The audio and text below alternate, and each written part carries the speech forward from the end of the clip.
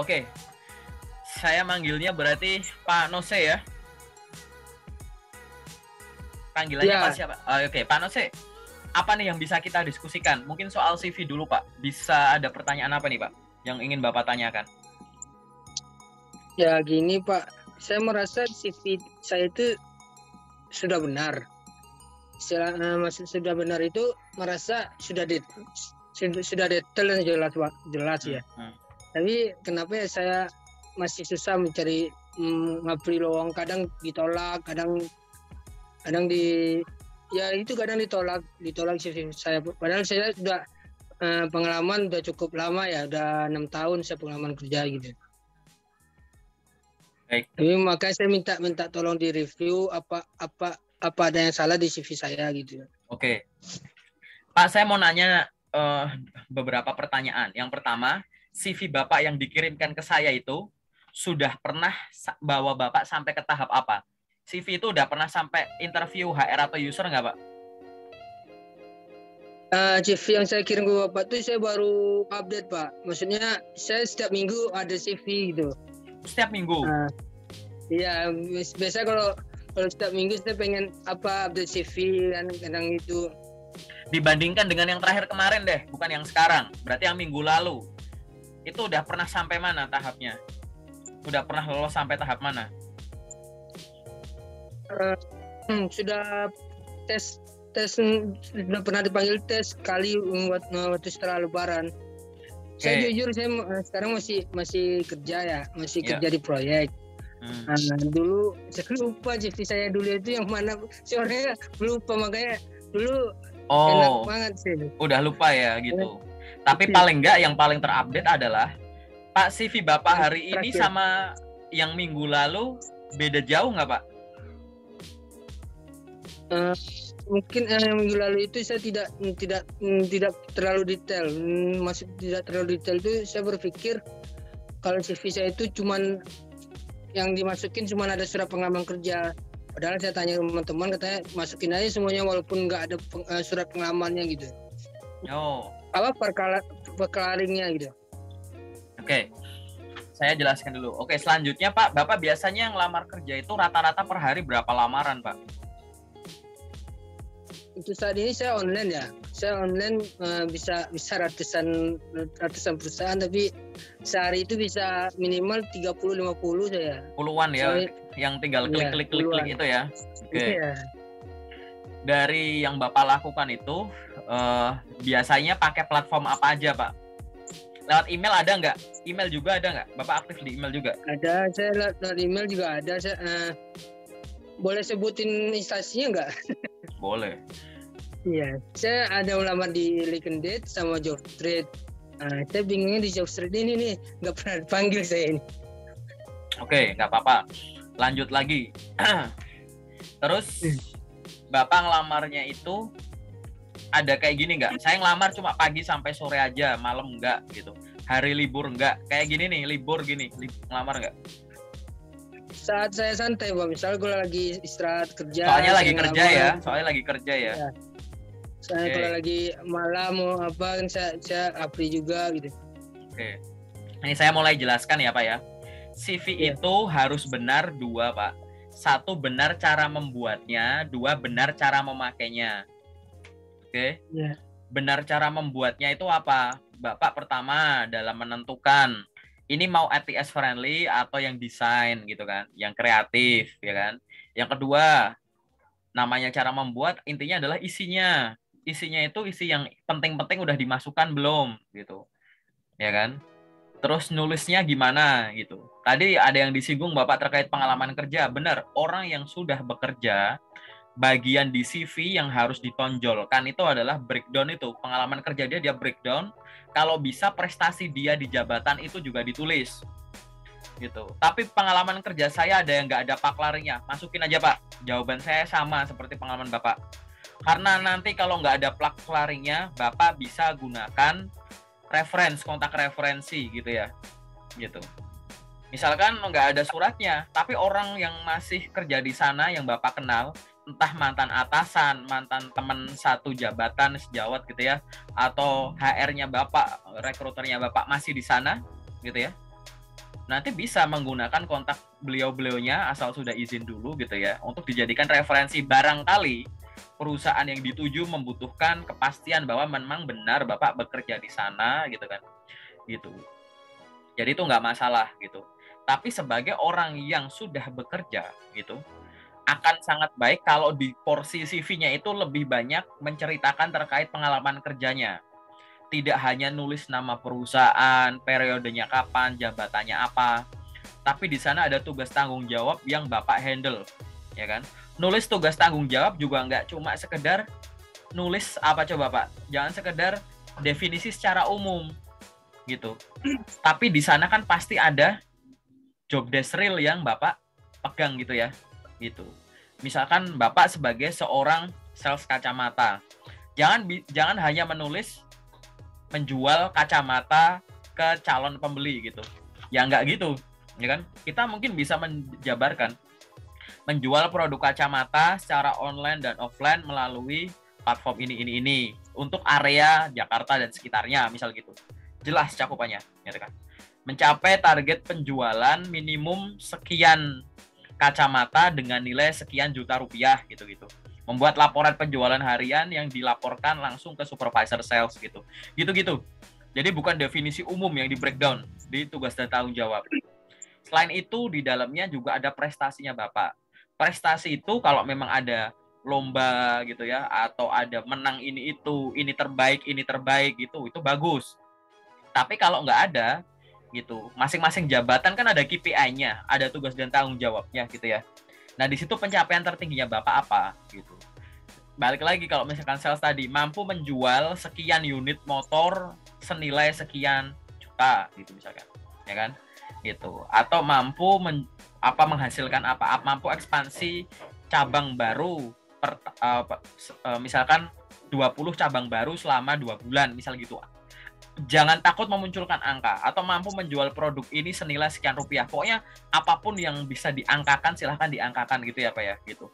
Jadi itu akan membantu untuk menunjukkan bahwa lingkupnya Bapak tuh segitu, tanggung jawab tantangannya tuh segitu gitu. Oke Pak, gitu. Nah ini masih dalam arti benar cara bikinnya. Yang kedua ada namanya benar cara pakainya. Benar cara bikinnya tuh gini, misalkan Pak Nose itu sudah punya CV yang benar nih, ini CV yang saya pakai di minggu ini karena Bapak bilang per minggu diganti gitu ya. Nah setelah itu Bapak kan tadi nyebut tuh ada 3 cara untuk lamar kerja, email, job street, LinkedIn gitu kan, yang dikerjakan saat waktu kosong. Itu benar, sebagai seorang yang sedang profesional kerja, masih bekerja gitu ya, gunakan waktu-waktu luang gitu ya untuk melamar kerja secara optimal. Tapi diingat dulu Pak, benar cara pakainya itu artinya adalah Bapak pastikan dulu ngirim lamaran lewat email udah bener belum, lewat Bapak nyebut job street, lewat job street udah bener belum, kemudian lewat LinkedIn udah bener belum gitu.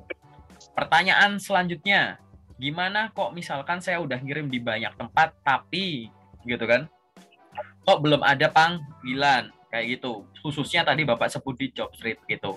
Saya balik lagi Pak, disadari atau enggak, semua itu tuh media sosial. Oke Pak? Kita anggap semua itu adalah media sosial gitu. Saya izin share screen dulu di sini. Apakah sudah muncul? Belum. Udah munculkah layar putih? Oh, layar putih ya. Udah ya Pak ya? Ya. Tadi ya saya sebut ada namanya media sosial, medsos atau sosial media terserah. Ada 2 unsur nih Pak gitu. Misalkan saya sebut LinkedIn. Saya sebut di sini LinkedIn aja deh, LinkedIn. LinkedIn itu ada sisi medianya.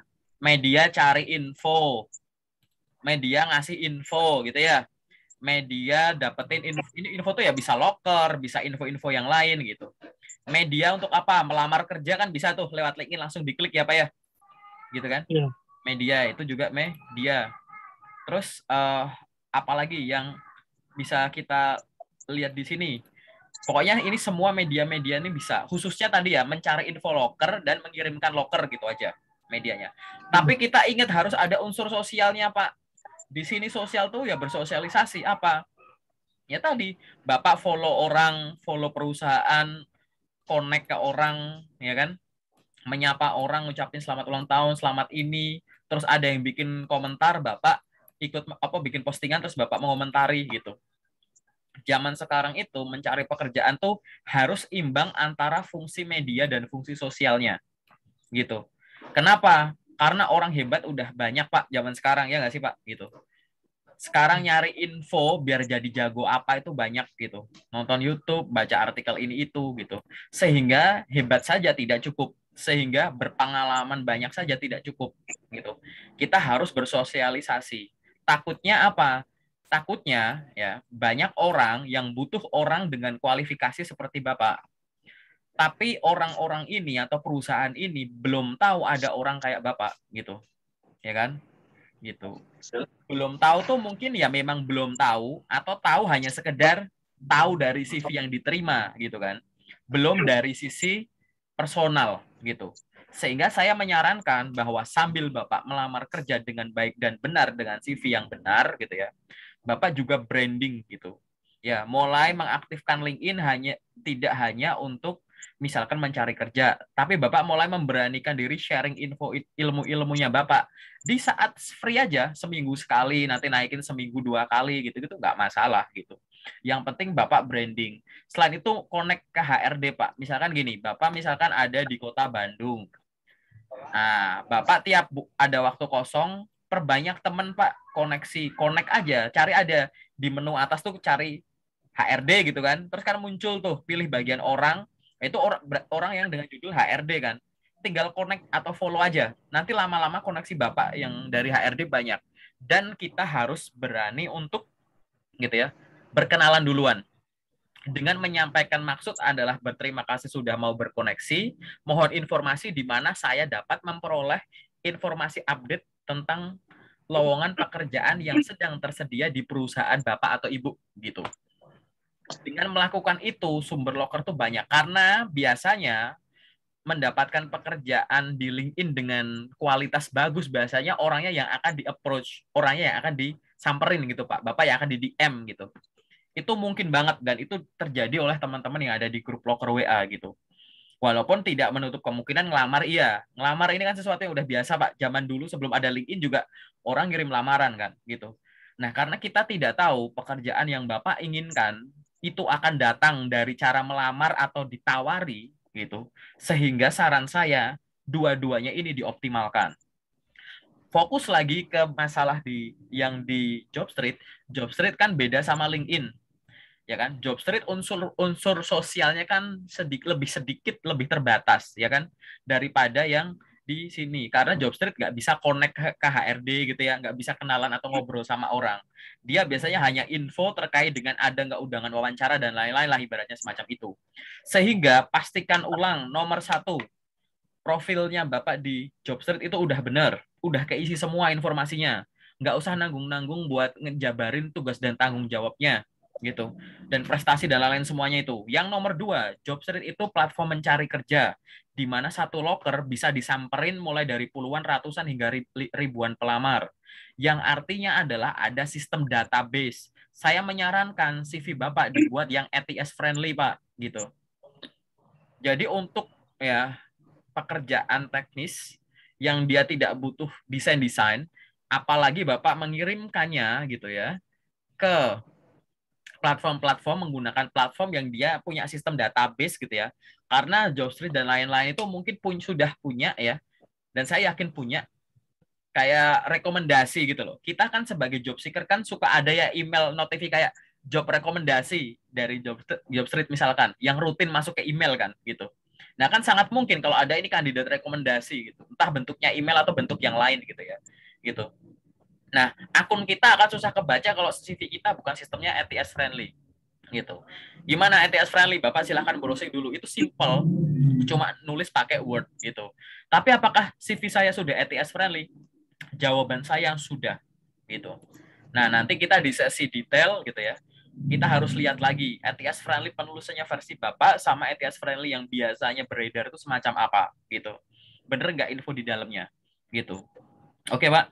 Itu dulu aja sih kalau yang dari saya. Karena saya tidak bisa kita bilang CV jelek tuh cuma dari isinya. Barangkali bukan isinya, tapi cara pakainya. Jadi Bapak mau otak-atik berkali-kali, jangan-jangan bukan isinya, tapi kualitas pekerjaan yang Bapak ngelamar itu loh. Jangan-jangan akunya masih biasa-biasa aja ngirim gitu. Jadi kelihatan biasa gitu. Nah, itu nanti di sesi detail coba kita cek dan Bapak boleh cross check sendiri gitu ya, Pak Anose ya. Itu dari saya Iya. penjelasannya itu dulu. Oke. Ada lagi nggak Pak yang pengen didiskusikan yang general apa? Ya kalau yang Bapak bilang untuk koneksi-koneksi ya saya cukup banyak sih Pak koneksi di LinkedIn ya. Dan Berapa Pak? ya saya juga komentar dan posting juga sih Pak. Ya emang istilah apa yang Bapak bilang sudah saya lakukan gitu. Iya, gitu. Oke. Yang bingungnya saya di job street ini bingungnya saya itu yang maksudnya CV and very apa tadi? ATS friendly. Dibikin sistem CTS very. ATS. Ya. Nah itu saya belum paham itu Pak. Bapak nanti browsing ya. Iya. Bapak nanti cari nih yang semacam ini namanya, pakai kata ini. Gitu. Cari aja contoh CV ATS friendly gitu. Browsing aja gitu, Pak. Oke, Pak.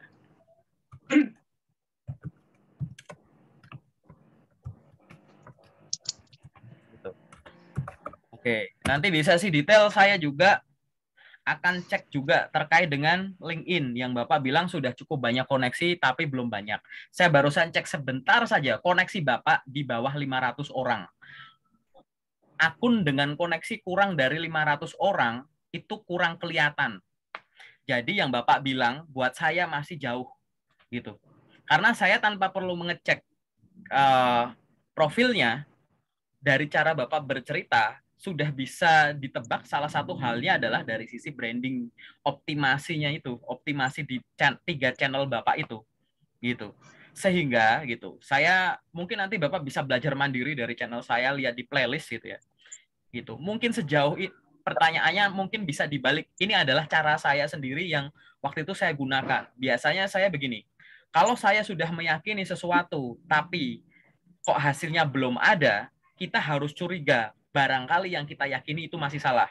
Sehingga kita harus mencari referensi. Saran saya, cari referensinya jangan lewat sosial media, misalkan TikTok, ya kan? Atau mungkin lewat video-video saya mungkin atau yang lain yang cuma pendek-pendek. Coba cari referensi dalam bentuk buku atau tulisan sehingga kita dapat penjelasan itu mulai dengan ini tuh yang bagus gimana, kenapa harus begini, terus oke, apa yang boleh dan nggak boleh, terus contohnya gimana gitu, sehingga komprehensif, komplit gitu Pak, oke? Nanti saya jelaskan di belakang saja di sana, gitu. Jadi buat saya, cara Bapak frekuensi melamar kerjanya luar biasa itu gede banget gitu ya, karena teman-teman di grup lokal rata-rata cuma 20-30 gitu.